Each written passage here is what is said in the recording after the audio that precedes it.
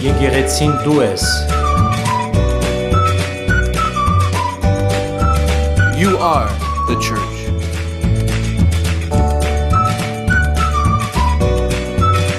Այստեղ խաղաղ է.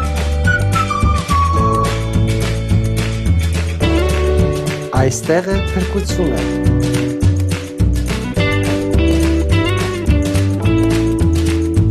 It's peaceful here. Այստեղ ապահով է.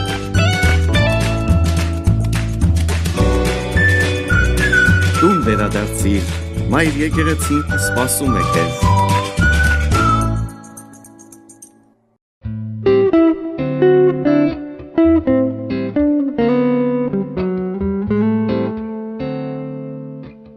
Եվ այսօր պիտի խոսենք Սուրբ Արության տոնի մասին Արևմտյան թեմի առաջնորդ Հովնան arczepiskopos Տերտերյանի հետ։ Սրբազան հայր, Աստված օգնական։ Աստված բաբան եւ շնորհակալություն այս հրաշալի արիթի համար։ Սրբազան նախորդ մեր հաղորդումների հետ քահանա հայրերի հետ խոսեցինք Պահքի շրջանի մասին, թե ինչ է Պահքը ընդհանրապես, ինչպես է այն սկսվել, Պահքի կիրակիների խորհուրդը, ավագ շաբաթը եւ այսօր եզրափակիչ այս օրվա խորհուրդն է, որ պիտի քննարկենք։ Սուրբ Հարության մեծ տոնը։ Ինչու է Սուրբ Հարությունը համարվում այսպիսի մեծ տոն։ Ինչու օրինակ քրիստոնյաները չեն նշում Փրկչի ծննդյան օրը, այլ հենց Հարության օրը։ Նախ շնորհակալություն կուզենք հայտնել, որ այս հրաշալի նախաձեռնությունը կորձնականացավ, հաղորդաշարը ամբողջ նվիրեցիք մեծ Պահքին, ավագ շաբթվան խորհրդին, որովհետև ժողովուրդը հաղորդագից կուզեք դարձնել եկեղեցու բարի եւ սրբազան ավանդույթներուն եւ այսօր իմաստնավորի կուզեք եզրափակել հարցազրույցումը նվիրված մեր Տիրոջ եւ Փրկչի Հիսուս Քրիստոսի հրաշալի հարության։ Հարությունը մեծակույն տոնն է քրիստոնեական եկեղեցու, բայց այդ որևէ ցևով շուքի դակ չի բահեր Քրիստոսի հրաշալի ծնունդը, որում մեջ ամփոփված է մարդեղության խորհուրդը, բարձրապես հարության տոնը քերակույն տոնն է, որ կհամարվի եկեղեցու կյանքի մեջ։ Քրիստոսի հրաշալի հարության մեջ մենք գտեսնենք նոր կյանքի զգզնավորությունը, ծնունդը նոր կյանքին, մարդու առջև բացված այն կյանքը, որը կպայմանավորվի Քրիստոսի հետ քայլելու, Աստծո հետ քայլելու, այս է գլխավոր խորհուրդը հարության մեծ տոնին, որովհետև այն հրաշքն է, որ կգրտնե ինքզինք, ամեն տարի կգրտնե, հավատքով մենք կտեսնենք եղելությունը, որ տեղի ունեցավ Քրիստոսի երկրավոր կյանքի օրերուն, այդ նույնը կգրտնվի նաև այսօր մեր հավատքի կյանքի մեջ։ Հարության խորհուրդը ներփոխված է մեր եկեղեցու հայրերու կողմէ, շարականներով, աղոթքներով, մաղթանքներով, այդ բոլորի մեջ մենք կտեսնենք այն խորհուրդը, որ հարության սրբազան խորհուրդը զգացողություն է դարձած մեր հայրերու կյանքի մեջ, մեր նախնիած կյանքի մեջ, այդ միայն մտածում չէր, այդ նաև միտքեն թեպի հոգին իջնող զգացողություն մներ եւ նաև ապրեցավ մեր ժողովուրդը եւ այսօր մենք կապրինք այդ խորհուրդը նաև մեր առօրյա կյանքի մեջ։ Այդ իմաստով պետք է որոշակիորեն ընդգծել որպես մեծակույն տոնը քրիստոնեական եկեղեցվո։ Մեծագույն տոն համարելով պատշաճ ձևով նախապատրաստություն է տեղի ունենում սրբազան, որն է հենց մեծ Պահքի ամբողջ այս շրջանը։ Սակայն հենց անմիջապես Սուրբ Հարության տոնի օրը, պատարագի գալուց առաջ, ինչպիսին պիտի լինի անհատ քրիստոնյայի պատրաստվելու կամ պատշաճ ձևը դիմավորելու։ Ուրախ եմ, որ այս հարցումը գուտակ, որովհետև հարցումին պատասխանը պետք է բարձ ձևով մենք ներկայացնենք։ Պատրաստություն բառը գործածեցիք դուք եւ պատրաստությունը էական է։ Մեր կյանքի մեջ, մեր առօրյա կյանքի մեջ, ընտանեկան կյանքի մեջ, ընկերային կյանքի մեջ որևէ տոնակատարության մասնագից դառնալու համար մենք ինչ կնենք, կպատրաստվենք։ ֆիզիկապես նաև ուզենք ներգայանալի երևնալ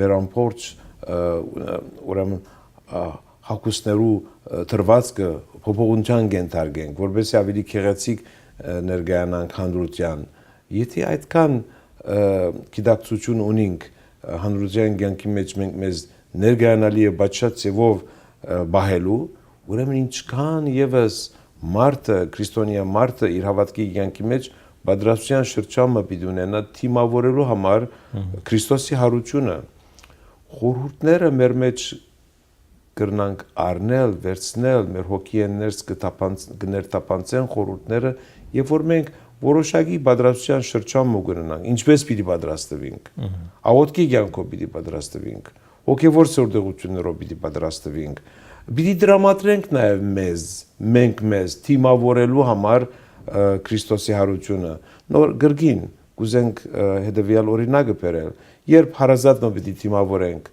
ներքին ապրումներ ունենք մենք, ուրախության զգացումը գաբրինք, երբ օտանավագային գերտանք եւ գամ ուրեմն գայրանենք, երբ մեր հարազատը պիտի ուրեմն որևէ բա իջնե շոկեգարքեն եւ գամ մեր հարազատը օտանավային վար պիտի իջնե եւ պիտի ողջակուրե մեզ, բնականորեն քերակույն ուրախության բահն է որ գաբրինք։ Ինչքան եւս ուրեմն մենք մեզ պիտի դրամատրենք թիմավորելու այս անգամ Քրիստոսի հարությունը, հրաշալի հարությունը Քրիստոսի, որում մեջ մենք կտեսնենք իրապես մեր ներքին էության բայցարագերբությունը ես պիտի ուզեի ասել, այլագերբությունը, որովհետև մարդու կյանքի մեջ քերակույն բահը, հրաշքի բահը պիտի ուզեմ ասել, այն է, երբ մարդը ինքնին մեջ կծնի նոր մարդը։ Ես այդպես եմ ընկալած խորհուրդը հարության տոնի, այդ ցևով ինքս նախապատրաստած եմ որպես մանուկ, որպես պատանի, որպես երիտասարդ, որպես հոգևորական, բայց այսօր 10 տարիներ հետո կուզեմ մանուկի պես ուրախ սրտով ինքս պատրաստել, որտեղ Քրիստոսի հարությունը մաքուր եւ սուրբ հոգիներու մեջ միայն գրնա զգալ մարդը եւ այդպես պիտի ուզեի զգալ եւ այդպեսին պիտի լա նաեւ զգացողությունը յուրաքանչյուր քրիստոնյայի։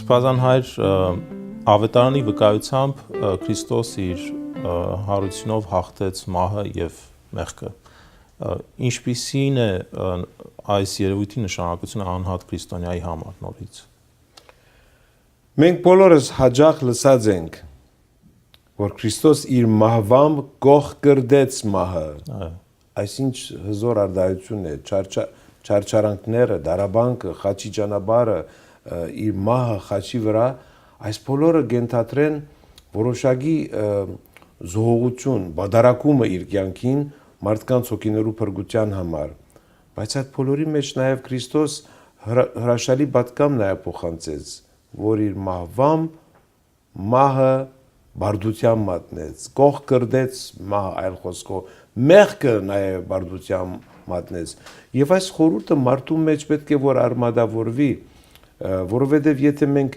չի պիտի կարողանանք ցերփազատվել մեղքեն, չարեն, օդար խորհուրդներեն մեր առօրյա կյանքի մեջ եւ մեր կյանքի ընթացքը պիտի լա նույնը վաղվան առավոտ, երբ մեր աչքերը կփանան քարության դոնեն հետո, կնշանակի մենք բարդված ենք կյանքի մեջ, մեր կյանքի մեջ չկա հոգևոր արթնության բահը։ Հետևաբար Քրիստոսի մահվամբ, երբ մահը բարդության կմատնվի, այս անգամ հարության լույսը կհեղեղի նաև մեր հոգիներու մեջ, մենք կզգանք, որ լուսավորված ենք։ Մենք նաև փառք կտանք Աստծուն, որ արիթը կընձեռվի մեզ վերսկսելու կյանքը։ Քրիստոսի հարության խորհուրդը կնշանավորվի, երբ մենք կդառնանք մեզի դրված, մեզի վստահված կյանքի հոգևոր ջարդարաբեդը, կյանքը որպեսի չվատնվի, կյանքը որպեսի լեցվի, ունենք ուրեմն որպես մեր կյանքի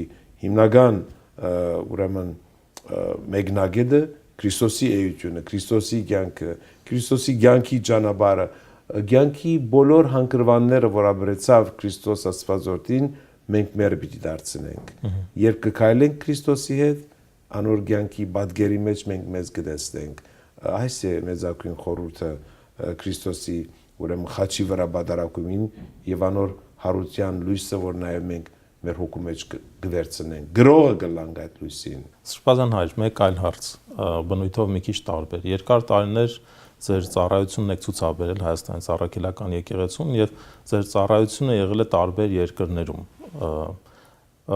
վստահաբար տեսել եք տարբեր ավանդություններ տարբեր եկեղեցիներում Սուրբ Հարության տոնի այսպես տոնախմբելու սակայն որն է առանձնահատկությունը հայկական եկեղեցու մեջ Ես պիտի ուզեմ իմ անձնական փորձով հովական կյանքի փորձով շեշտը տնել ընտանիքին վրա մենք Քրիստոսի հրաշալի հարության դոնը ապրելու եւ նաեւ հանդիսավորապես դոնելու համար ընտանիքեն դուրս միջավայրներ չփնտրենք Քրիստոսի հարության խորհուրդը որբեսի կարողանանք մարմնավորել ընտանիքը պիտի նաեւ միավորվի այդ խորհրդին շուրջ լալով Անգլիո մեջ լալով Կանադայի մեջ ծառայական դարբեր թաշտերու մեջ եւ այսօր նաեւ այստեղ հասկացա անցնաբես որ 40 տարիներու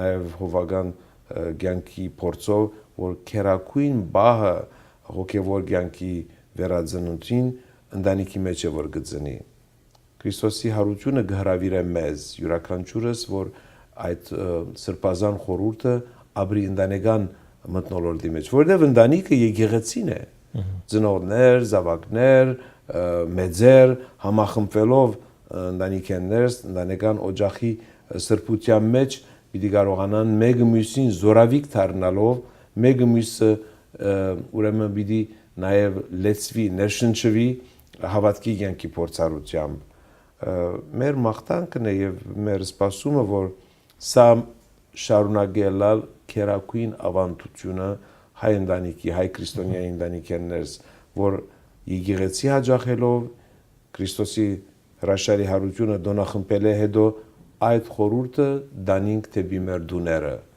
որբեսի այդ խորհուրդը նաև հազարաբատկվի ընտանեկան մթնոլորտներս նույն խորհուրդով ապրին նաև յուրաքանչյուր զավակ յուրաքանչյուր ուրեմն որտեղիր զավակ նաև Հայաստանի Առաքելական եկեղեցու ես այս իմաստով դուզեի շեշտը տնել որտեվ սա գհամարեմ կարևորակույնը եւ ամենայն էական մանավանդ այսօրվա այս դժվարին աշխարհի կյանքի մեջ կարծեմ որ սա ճշմարիտն է Սրբազան հայր առիթից օգտվելով ուզում եմ ձեզ խնդրեմ որպեսզի Սուրբ Հարության պատգամ ուղղեք մեր հեռուստադիտողներին Շնորհակալություն մենք ինչպես մեր Սուրբ Եկեղեցու հայրերը մեր Սուրբ Եկեղեցու ուրեմն կյանքի մեջ իրենց հոգին աղոթքը հավատքի կյանքը ներդրած են նաև մեր նախնիկ նույն բարերով նաև ցեզ գողջունենք սիրելի բարեբաշտ հայորդի գսելով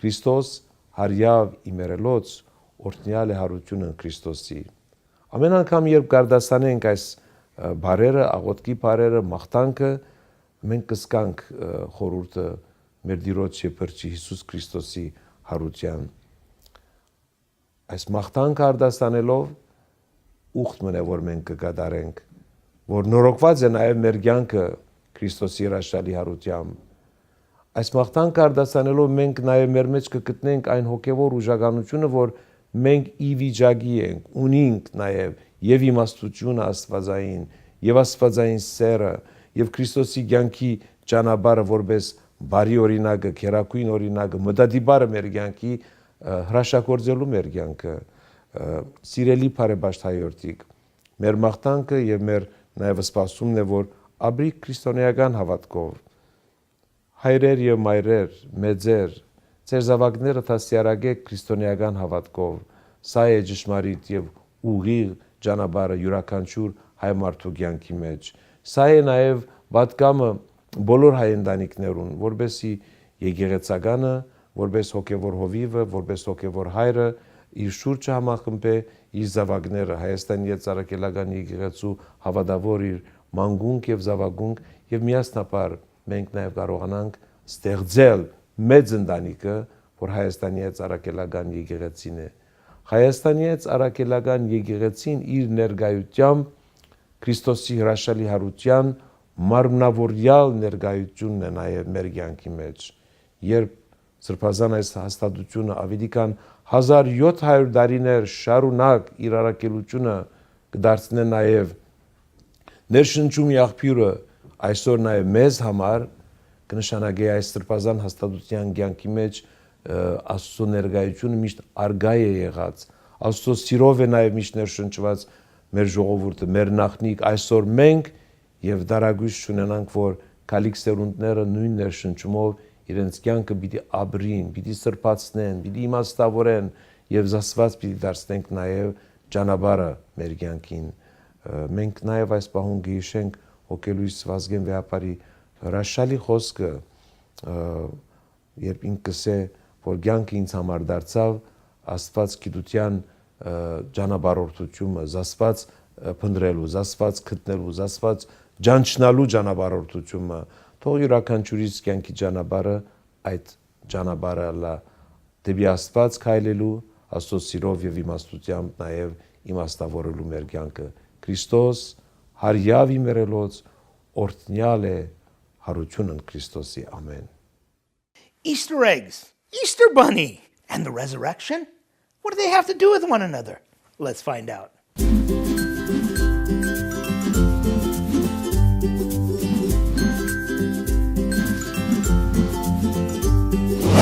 It's Easter time, Christos Hariavi Merelotz. We greet one another saying that Christ is resurrected. And then we see Easter bunnies, chocolate bunnies. We see Easter eggs. And then somebody says, hey, what does this all have to do with the resurrection? Actually, a few things, right? They point to the resurrection. They're symbols. Just as a candle is a symbol of light, the egg, it's a symbol of the tomb. Inside is life. And today we celebrate the life that is inside of the tomb. We celebrate the empty tomb. Easter bunnies, they're symbols of fertility.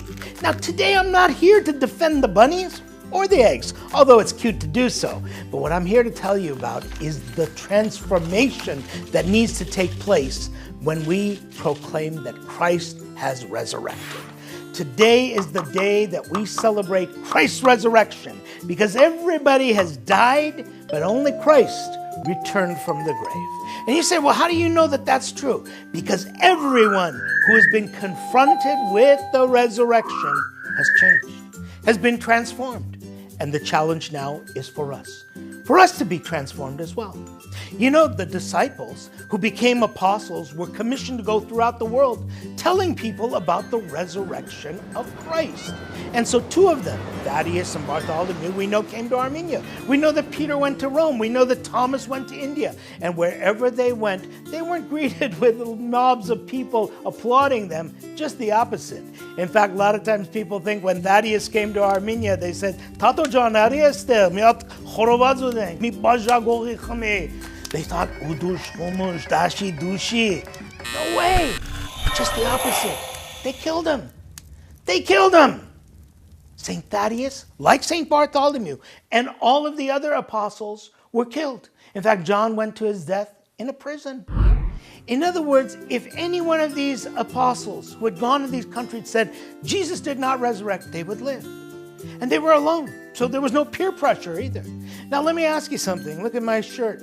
It's black. Si seva. You could say it in any language you want. Esto es negro. Edo chornia. No matter how you say it, it's black. But if somebody puts a gun to your head, hey, all bets are off. I'll say this is white. I'll say it's red. I'll say it's blue. This is not worth dying for.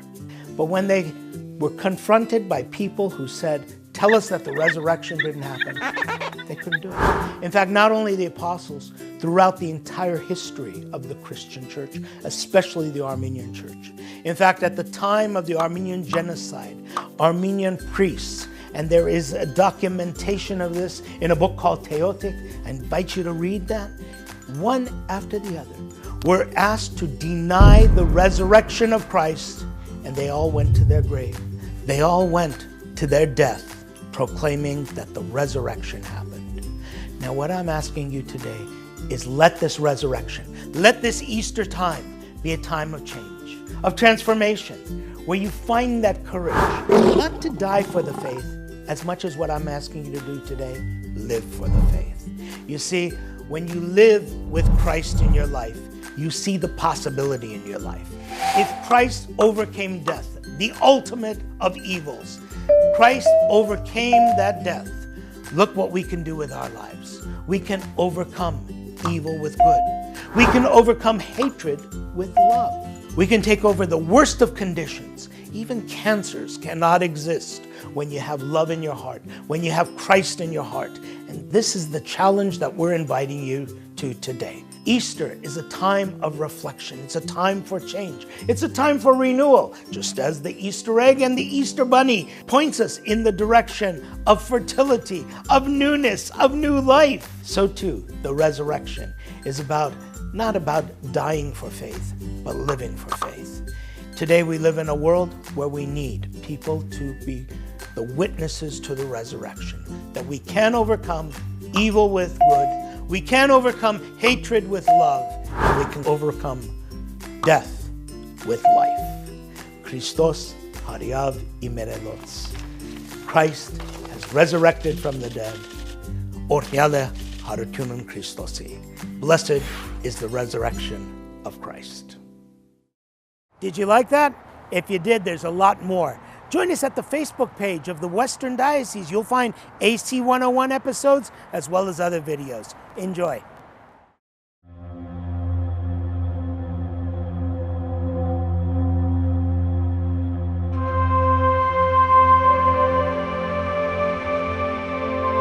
It was built piece by piece, with wisdom and care, with intention and vision.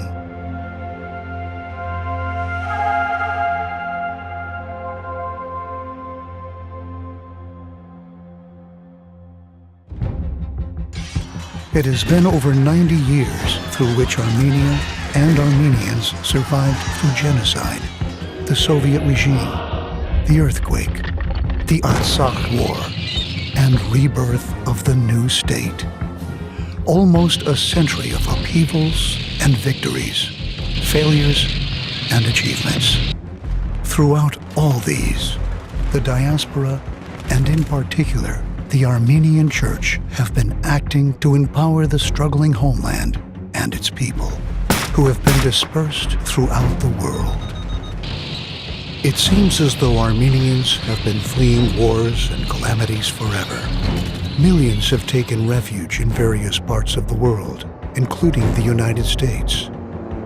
For many of them who sought refuge in the Western United States, the Armenian Church became the backbone of the community. Of course, the Western Diocese was built on the people that came after the genocide, leaving everything behind. It was the church which became the new home, became the new harbor of safety. The Western Diocese has been growing for over 90 years. Armenians who were forced out of their homes had to look for new places to build, create, and flourish. Wherever they went, they had to take with them the source of their virtues, traditions, and identity, the Armenian Church. As the source of their identity, the Church followed them, acting as her people's guardian, parent, and caregiver. Throughout the years, diocesan parishes flourished and established themselves as fully functional communities with their Saturday and Sunday schools, summer camp, ACYOs, and ladies' societies. Our churches became architectural staples in the greater community. Established in 1927 and currently headquartered in Burbank, California, the Western Diocese of the Armenian Apostolic Church of North America serves the faithful in the Western United States. 36 clergy presently serve in the Western Diocese, 23 of whom are active and pastoring a parish. The Western Diocese and its parishes own over 40 properties, 23 of which are consecrated edifices that serve as a primary place of worship within their respective communities. 18 employees who report directly to the primate constitute the workforce at the diocesan headquarters. Its operating budget in 2016 was $1.5 million.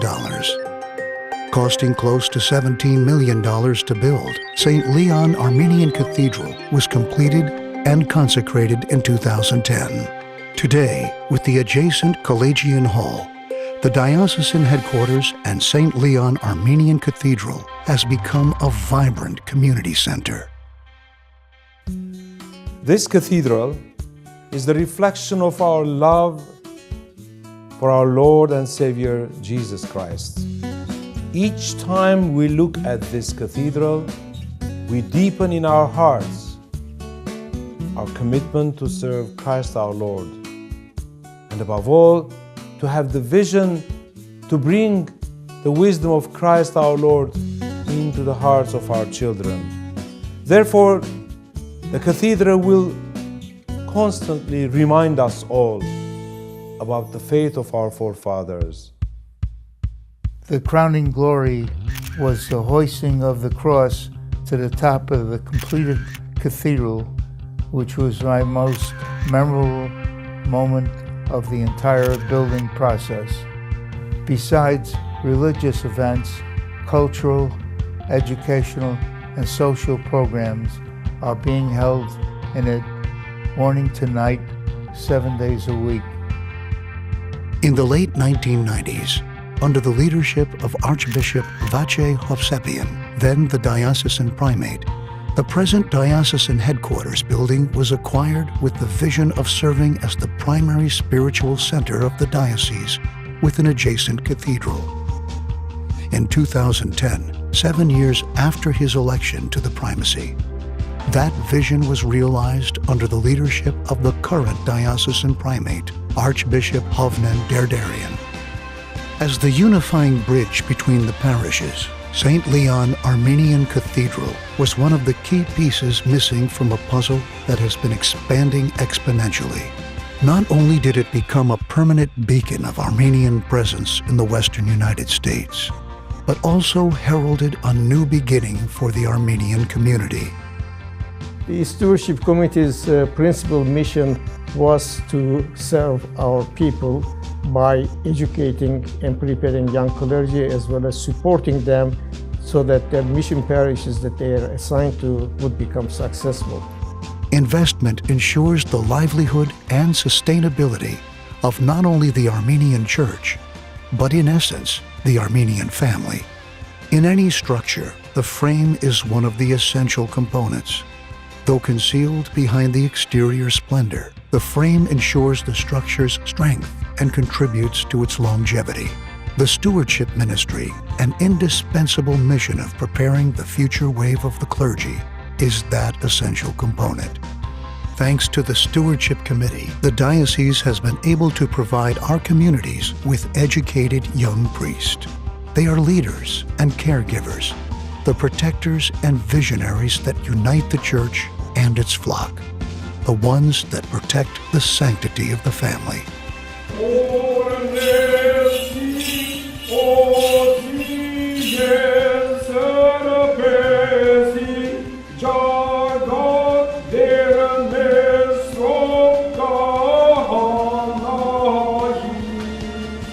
Among the many communities that benefited from the stewardship program is the Holy Apostles Church in Tuhunga. Մանուկների դաստիարակության կենտրոնը կամ մանկապարտեզը մեր ծուխի համար շատ կարևոր դեր է ունենալու եւ ոչ միայն ծուխի համար, այլ ամբողջ համայնքի համար, որովհետեւ կան համայնքներ, որոնք ունեն դժվարություններ եւ այս դժվարություններից մեկն էլ մեր համայնքի համար մանկական դաստիարակության կենտրոնների բացակայությունն է եւ եկեղեցին ծուխը փորձեց այս հարցը լուծել կենտրոն բացելով, որը մեզ հնարավորություն կտա մեկ անգամ եւս կապ հաստատել համայնքի հետ եւ նաեւ համայնքին հնարավորություն կտա այս գեղեցիկ ծառայություններից օգտվել. Christian values and traditions are the essence of the Armenian identity, and the diocese makes a maximum effort to deliver these values to the faithful. Throughout the diocesan parishes, Saturday and Sunday schools are the hubs where children are given the essentials: faith, culture, and language. There are over 1,500 children enrolled in Saturday and Sunday schools. In addition, over 400 kids annually attend our growing summer camp program. And with the camp board spearheading the chapel project, we will soon open the doors to a multi-purpose chapel that will be used to strengthen the campers' spiritual lives in its serene and scenic setting. These essential centers of learning teach our young faithful to love God and neighbor, protect the sanctity of family, serve the community, respect life, and cherish all of God's wondrous creation.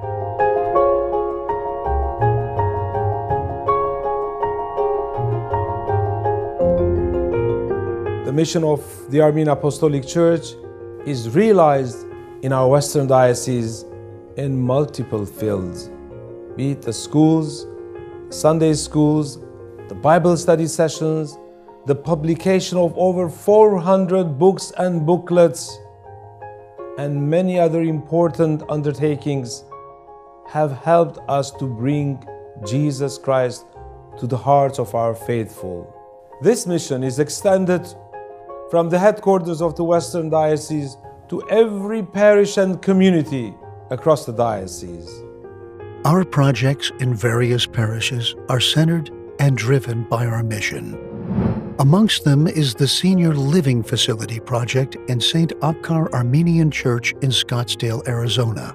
Մեր վերջի ծրագիրն էր, որ կառուցեցինք ծերերի բնակարանը։ Մեր հույսն է, որ մենք կարողանանք մեր ծերերը, մեր մեծ հայրերը, մայրերը համայնքի մեջ պահել, որպեսզի իրենց հարազատների շուրջ ունենան իրենց ծերությունը։ Ոչ միայն հոգևոր ուրախություն մեզ պիտի պատճառի, որ մեր մեծ մայրերը, հայրերը, մայրիկները պետք է այդտեղ ապրեն, նաև նյութական ինչ-որ օժանդակություն կբերի համայնքին, կթեթևացնի իր փերը։ With the first phase completed, we aim to bring service to our community with compassionate care for our elderly in the upcoming years.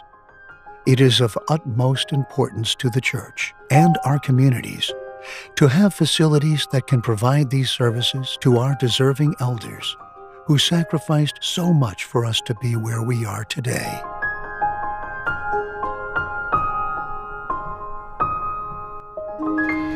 Dating back over 1,700 years, the architectural marvel that is the Armenian Church is widely regarded amongst professional circles to be of great historical significance in the world of architecture.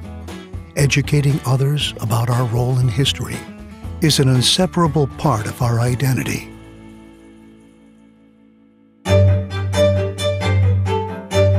As an additional and important method of educating and connecting with our faithful, the diocese implements modern ways of communication via various media platforms. The Western Diocese prioritizes and embraces the role of social media as a platform. With a reach and general audience that is much larger than that of a church sanctuary, the possibilities of spreading the Word of God are limitless. In an ever-changing world, as much as we may dislike the course of social media, conveying a relevant message through such platforms has increasingly become as vital as preaching from the holy altar. Like the wise servant who has been trusted with his master's talents, the diocese, through its various projects, is pursuing the sustainability and the longevity of our mission. A prime example of this is the candle factory in Artsakh. In 2016, the Western Diocese helped establish a candle factory that now provides candles to a majority of Armenian churches in the United States, both Eastern and Western Dioceses. This noble venture has enabled us not only to provide jobs for locals, but also given our parishes a top-quality product that is proudly made in Artsakh. It is so important that the diocese is able to have a sustained endowment program as well as other investments in various programs that will bring the flow of cash and money for the future.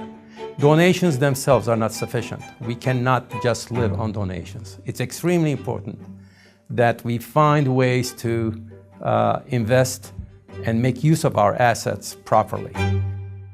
Իսկ սկզբանե մենք մեկ ազգ ենք եւ հետեւաբար նույն ազգի զավակներն ենք համախմբված Սուրբ Արարատի լանջերի շուրջ հազարավոր տարիների ի վեր նախաստեղծման շրջաններից սկսյալ այդ ժողովուրդն ենք մենք.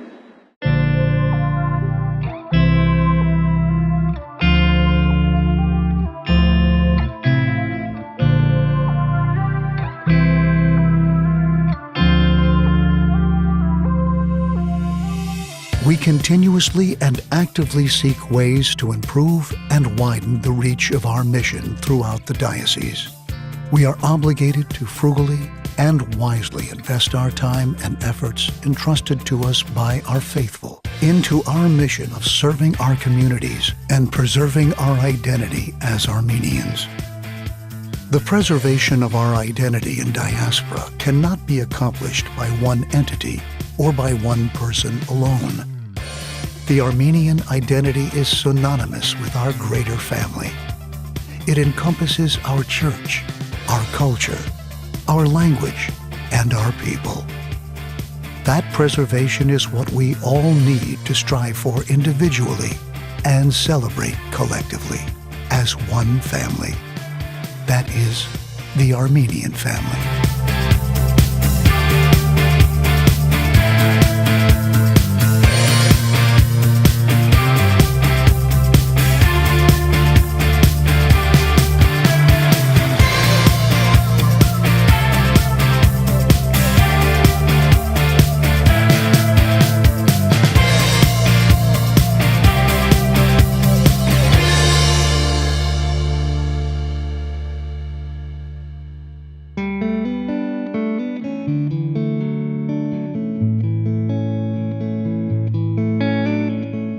Քրիստոնյա ազդարարի տեղեկատվական այս բաժնում պիտի խոսենք ներուժ կառույցի մասին, որը գործում է արևմտյան թեմի հովանու ներքո։ Մեր հյուրն է ներուժի անդամ պարոն Ստեփան Խզրտյանը։ Սիրելի Ստեփան, ողջույն ձեզ։ Բարև ձեզ, սիրելի Վահե։ Ուրեմն մինչև բուն ներուժի գործունեությանը անցնելը կուզեի նախ խոսեինք ընդհանրապես կրթության մասին, որովհետև ներուժը առնչվում է կրթության եւ մենթորության գործունեությանը եւ խոսենք մի քիչ թե ինչու է ներուժը գործում հենց եկեղեցու հովանավորության տակ, թեմի հովանավորության տակ։ Առհասարակ կրթությունը մարդու մտքի եւ ոչ միայն մտքի, այլև հոգու պայծառությունը մարդկային գործունեության ամենակարևոր կենսական գործառույթներից է։ Եվ այդ վարկածներս մտքի պայծառությունը, հոգի պայծառությունը,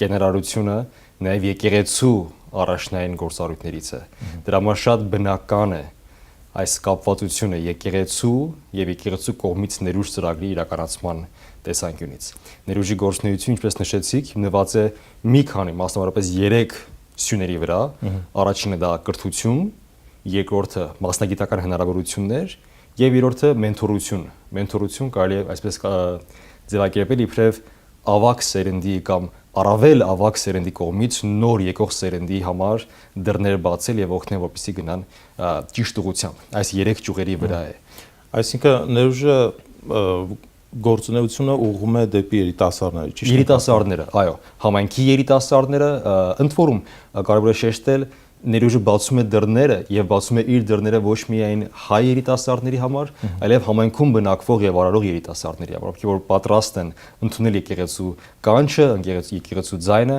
եւ գնալ այդ ճանապարհով դեպի մասնագիտական եւ կրթական նոր հնարավորություններ։ Ինչու ներուժ, ինչ սկզբունքով է անունը ընտրվել կազմակերպության։ Ինչպես Գերաշնորհ Սրբազան հայրն է ասում, ներուժը դա իբրև հայերեն բառ բաղկացած է երկու արմատից՝ ներ, ասել է թե ներքին, եւ ուժ։ Յուրաքանչյուր մարդու մեջ իբրև սուվերեն տիեզերք ամբարված է հսկայական ներքին ուժ եւ այդ ներքին ուժի, ասել է թե ներուժի բացահայտմանն է միտված այս ծրագիրը, որովհետեւ մեզնից յուրաքանչյուրը իբրև եւ համայնքի բաղկացուցիչ մաս եւ յուրաքանչյուրս առանձին անհատականությունում բացահայտենք մեր ներուժ ծրագրի միջոցով առաջ բերենք այդ ներուժը եւ ուղենք դեպի ավելի վեհ գեներալ նպատակների իրականացմանը։ Սիրելի Ստեփան, կխնդրեմ, որպեսզի մի քիչ պատմեք ներուժի գործունեության մասին, չնայած արդեն երիտասարդ կազմակերպություն է, կառույց է, բայց բավականին միջոցառումներ եք կազմակերպել, բավականին այսպես ձեռք եք մեկնել, օգնություն եք ցուցաբերել,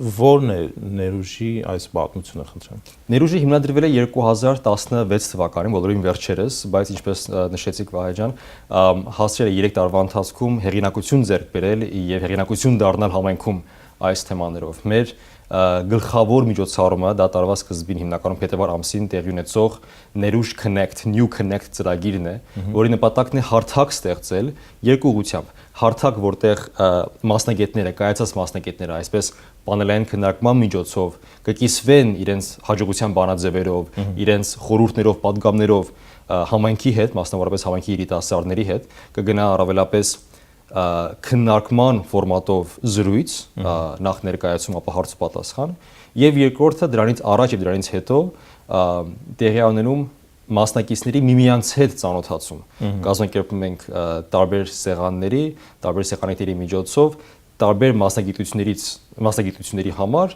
փորձի փոխանակում, այսինքն մոտիկանում են ավագ դպրոցի կամ միջնակարգ դպրոցի կամ ասենք համալսարանների ուսանողները խոսելով արդեն կայացած մասնագետների հետ, նույնպես երիտասարդ, փոխանակելով փորձի վերաբերյալ, հնարավորությունների վերաբերյալ եւ հարցնելով թե ինչ մասնագիտական հնարավորություններ կան օրինակի համար տվյալ երիտասարդի մասնագետի մոտ։ Սա մեր հիմնական ծրագիրն է, Ներուժ Connect, New Connect ավելի ճիշտ։ Բայց ընթացքում էլ եթե ամսական մակարդակով կամ 2 ամիս մեկ տեղի ունենում ներուժ միքսերներ, այսպես հավաքույթներ, որտեղ որ հրավիրվում է կոնկրետ մեկ անձ կամ մի քանի անձ խումբ, եւ իրենք նույնպես կիսվում են իրենց փորձով, հաջողության բանաձևերով եւ շեշտումները միշտ այդ 3 ուղղություններով են գնում. կրթություն, մասնագիտական հնարավորություններ եւ մենթորություն, այսինքն երիտասարդների էկոսերունդի աճը իբրև մարդ մասնագետ եւ իբրև ուսյալ անձնավորություն։ Իսկ ընտրված մասնագիտությունների մեջ սահմանափակումներ կան, թե հրավիրյալ հյուրերը կամ կայացած այս պրոֆեսիոնալները կարող են լինել որևէ դաշտից։ Ամենատարբեր դաշտերից են, ունեցել ենք մասնագետ եղանակի մասնագետ Dallas Rains-ը, ով ներկայացել է եւ զրուցել է իր մասնագիտական աճի մասին եւ ոլորտի մասին, ունեցել ենք բոլորին վերջերս հայ-ամերիկյան թանգարանի տնօրենին Շանթին իբրև մեր հյուր, ով խոսել է իր մասնագիտական աճի եւ հնարավորությունների մասին, մեր լավ ընկեր Դանիել Մերաբյանն է եկել, խոսել է կրթական դիմումների գաղտնիքների մասին, ինչպես դիմել համալսարան, ինչպես նախապատրաստվել։ Իսկն բոլորովին տարբեր թեմաներ են, տարբեր մասնագիտությունների տեր անձինք, բայց ակունքը նույնն է, հիմքը նույնն է, ինչպես հասնել հաջողության կրթական եւ մասնագիտական առումներով։ In trying to figure out what you want to be when you grow up and then what you want to do after that, what are the motivations that matter? And what are the motivations that you think matter? Well, when I first started, I really, as we talked about earlier, I didn't know how to accomplish what I wanted, but the big picture for me when I came here was to change the world. And, how do you define that and how do you start changing the world? And the reason why I asked too many questions and I got where I got is because, being born and being raised in an oppressive Soviet regime, I always wanted to change the world and help out people. So help out people for me, I had no lawyers in my family. And so I had to go and ask people. That's where it comes back to mentorship. I had to go ask people, how do you help people? How do you change the world? Because, it's not easy to be in a totally foreign country, not speaking a word of that, language, and wanted to change people's life and change the world. And so what motivated me is this idea of change. How do I change the world? How do I make myself become part of that change? And so I found out through hard work that it's public service.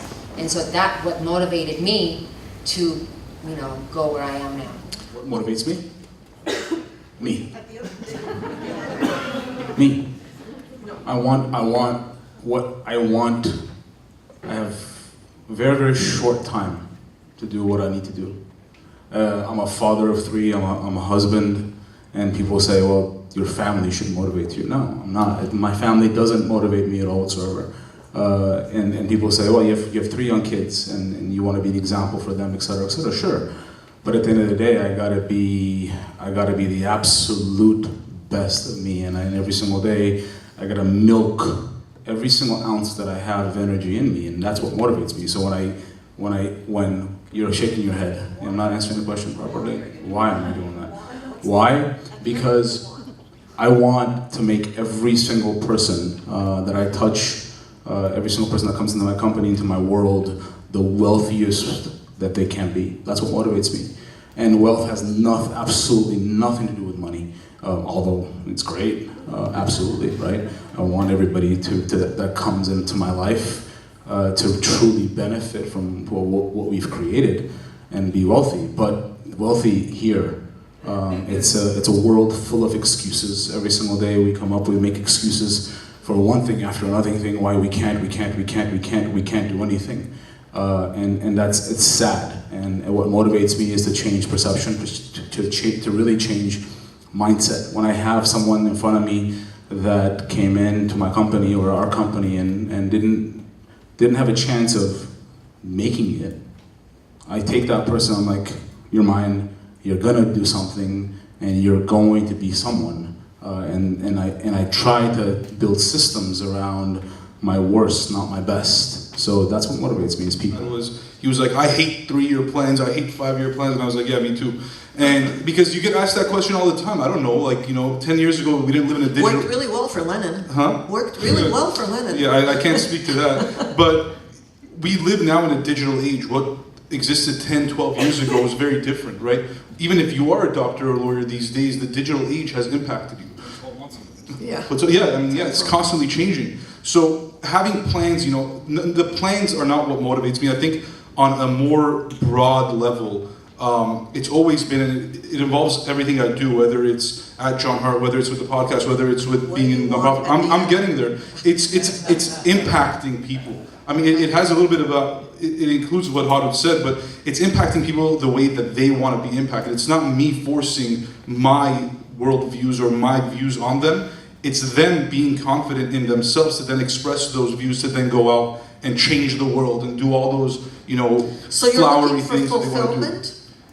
I don't know if it's about fulfillment. I mean, for me, I like being a leader. I like being the person that guides and motivates and allows people to do what they want to do. Maybe it is fulfillment, I don't know. But for me, it's more so being around those types of people. I think they are the ones that, motivate me to do what I do. So, I mean, I don't know. It's hard to answer that question of what do I want to do when it's all done. I mean, it doesn't matter to me. It's more so how it impacts the people that have been around me. I think anybody that has this creative side, fulfillment is going to be part of it. Inspiring people and impacting people, like everybody mentioned, is a part of it.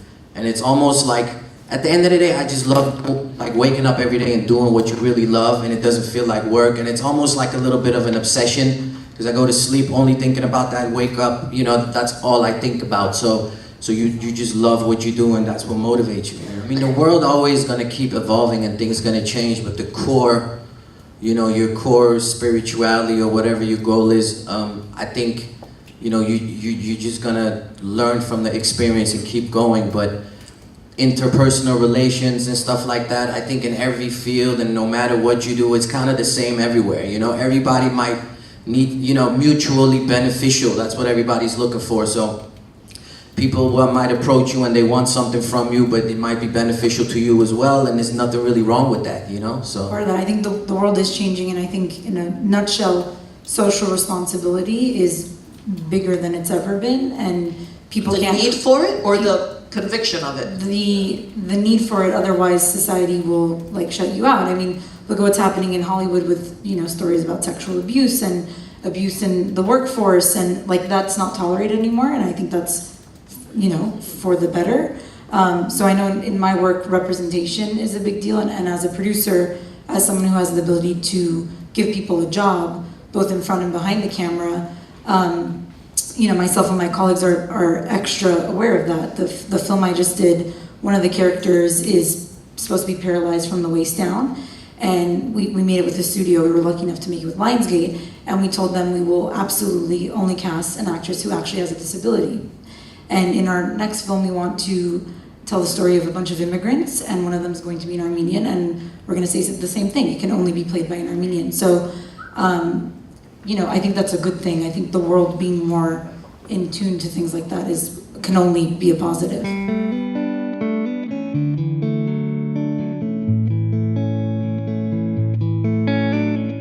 Բարեբախտաբար պետք է նշենք, որ ներուժը ներառում է եւ հրավիրում է այնպիսի մասնագիտության մարդկանց, ովքեր որ դուրս են այս ավանդաբար ընդունված այն մասնագիտություններից, բժիշկներ, իրավաբաններ, ճարտարագետներ, ոչ ավանդական մասնագիտությունների մարդկանց եւ որովհետեւ այլ ոլորտներում նույնպես մեծ հաջողությունների կարելի է հասնել եւ միանշանակ իհարկե ընդգրկվել նաև հետագայում համայնքի մեջ եւ փոխհատուցել կամ վերադարձնել այս ամեն ինչը երիտասարդներին, ինչպես ներուժն է անում։ Միանշանակ եւ այս թեզը կամ կարելի ասել այս մոտեցումը բարբերաբար շեշտվում է թե մեր հանձնախմբի նիստերի ժամանակ եւ թե մեր միջոցառումների, որ պարտադիր չէ, որ միշտ բոլոր դեպքերում երիտասարդները, հայ երիտասարդները մտածեն միայն տնտեսագետ կամ բժիշկ, իրավաբան, ճարտարագետ դառնալու մասին, մասնավորապես 21-րդ դարում, երբ որ տասնամյակ առ տասնամյակ, ինչ տասնամյակ, տարի առ տարի, ամիս առ ամիս նոր հմտություններ են առաջ գալիս,